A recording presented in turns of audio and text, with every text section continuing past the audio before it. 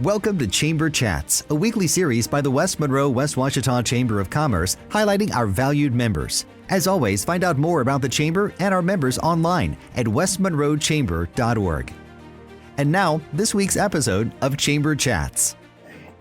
Hey everyone, it's Chris with the West Monroe Chamber, and I'm joined with my great friend. You've probably seen her on TV, our weather lady extraordinary for KTVE, Alex Noel. So thank you for coming. Yeah, of course. Hey, so we don't like to talk about it, but we have to talk about it. Right. It's hurricane season literally just now. It's the elephant in the room. It is, and so maybe everybody thinks they're prepared, but let's go through a couple of important things to remember about hurricane season. So when does it run through, essentially? It starts on June 1st and it goes through November 30th. So that's a long season. Hurricane season is one of the longest seasons of any sort of weather in general.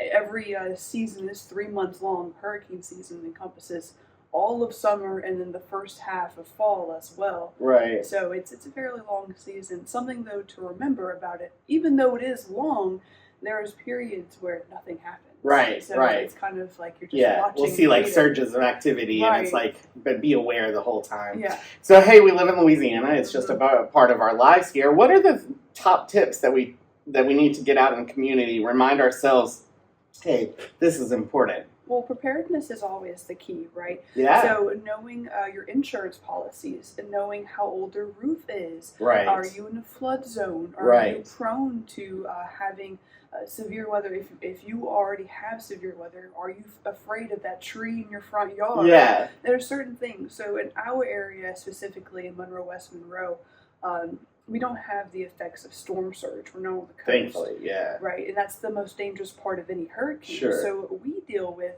is really the outer bands and the heavy rainfall and the wind threat that's associated with it. So it's important to think about, okay, if I flood, do I have all of my documents? Right. And that's really important. And you make a good point. Maybe now is a good time. We're just opening the season, but now is a good time. Call your insurance agent. Right. And just check and make sure that you have and you're actually paying for what you think you're getting. Right. But that's an important. And then it's always important to have that emergency kit, right? Mm-hmm. The flashlight and everything else. Having rations for a few days. Water is always a good thing to have because, you don't just need it to drink, but also you have laundry, you have toilets, right? Anything.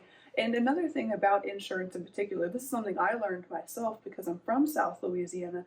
It's not just home insurance; it's your car insurance as well. Because what's the first thing to go? It's the car in the front yard. Right. So it's just a few things to keep in mind that it's a good idea to keep a list of all of your important things. I know in my husband and I, we have a tote box of all of the important things.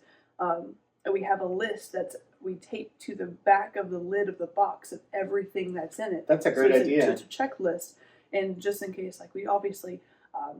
we don't keep our wedding certificate in there 100% of the time, but it's something to put in the box when it's time to. Yeah. Right. And we're so reliant on our cell phones now. One thing I added to my kit this last year was a big battery backup battery that has a little plug on it that you could use for anything just because that device is so part of our lives. And I know that a lot of people have generators. Yeah. Generator safety is a huge thing. A lot of people forget that you can't put it in an enclosed area. Yeah. Now, if you have a generator that's already set up in your that's completely different. Yeah. But if you have one that you just kind of pull start with gas, that's incredibly dangerous if you don't follow the protocols of don't keep it in your garage. Right. That carbon dioxide is colors odorless and Hurricane Harvey back in Lake Charles, there were numerous deaths reported afterwards because of that, not even hurricane related. So there's so many little things that people may just not be aware. Right. Yeah. And you may not realize that you need it until after it's already happened. That's right. Which is unfortunate.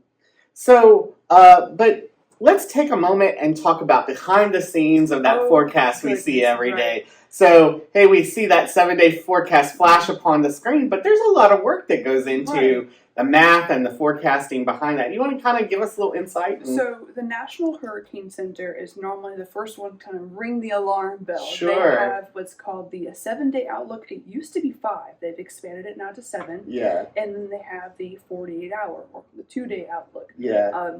So they normally issue a outlook, and they have percentages related to that, whether they think it's going to develop within 48 hours or within 7 days. Right. For example, as of last night, we actually have disturbance 1, Already. and it's already there, but it's on the East Coast. It's near the Carolinas, and it does not have a percent chance of developing within 48 hours, but it has a 10% chance of within 7 days. Yeah. So that's your ballpark. If you need something to relate it to whenever we do severe weather in the spring, the outlooks with all the colors, Sure. that's very similar. Right. And in the forecasting world, we start looking at it well before the National Hurricane Center even produces it. We're obviously looking at long-range models, which are ever-changing. Right. And we're looking at sea surface temperatures, the Saharan dust that's impacting all of our allergies right now. Right.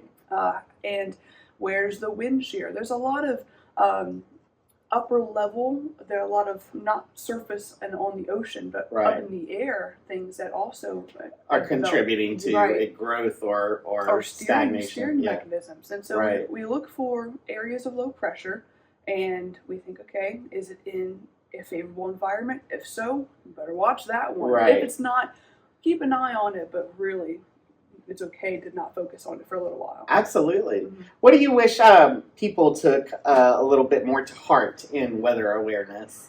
We don't want to alarm anyone. We just Right. want to keep you guys safe. I don't like crying wolf a lot, especially during severe weather or hurricanes.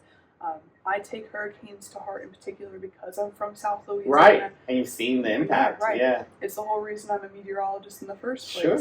And so what I wish people would take away is forecasting, especially now, is ever changing. Just because we Sure. say, oh, we're going to doomsday this day, Yeah. and the next day it's sunny, it's not our intention to make you mad or confused.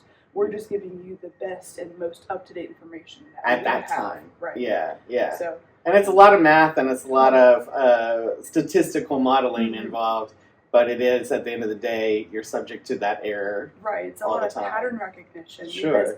Because no two hurricanes are the same. We know Right. everyone, that was, I believe, last year, everyone was so afraid of having a repeat of Katrina. Right. It ended up not happening, of course, and Helene devastated a lot of areas, and that is now their Katrina, I guess you could say. Right. But obviously, we have to use history. No two storms are alike. Right. And it's hard to get people to understand, hey, this is not going to be like the last storm. It Right. could be very different. Yeah. Be aware every Mhm. time. Don't Right. get relaxed. Which storm fatigue is a big thing. Sure. Because let's say we get a hurricane, but up here it's only a tropical storm. Right. We have varying things. And then I believe it's one of the ice storms. Was Ida or Irma? Oh, where we lost Yeah, we lost power for so long. Yeah.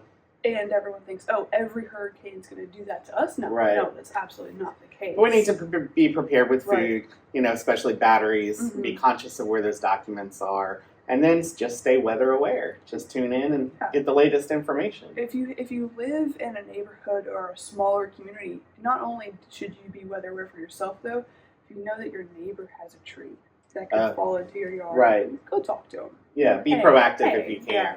Yeah. And or I know I live next to some elderly folks, so every time that we have severe weather, I go knock on their door and say, "Hey, just letting you know, Some stuff is be, on the horizon. be awake." Yeah. So it's just things to keep in mind that it's not just you; it's everyone's in it. Yeah. Right? Well, thank you so much for these insights. I love chatting with you. It's very exciting what you guys do, and thank you for staying up with us those late nights and those early mornings and keeping us aware with the best information at the time. I wouldn't change it for the world. That's awesome. Well, join us next time on another episode of Chamber Chats, where we get to highlight different community leaders and members of the Chamber. That's perfect.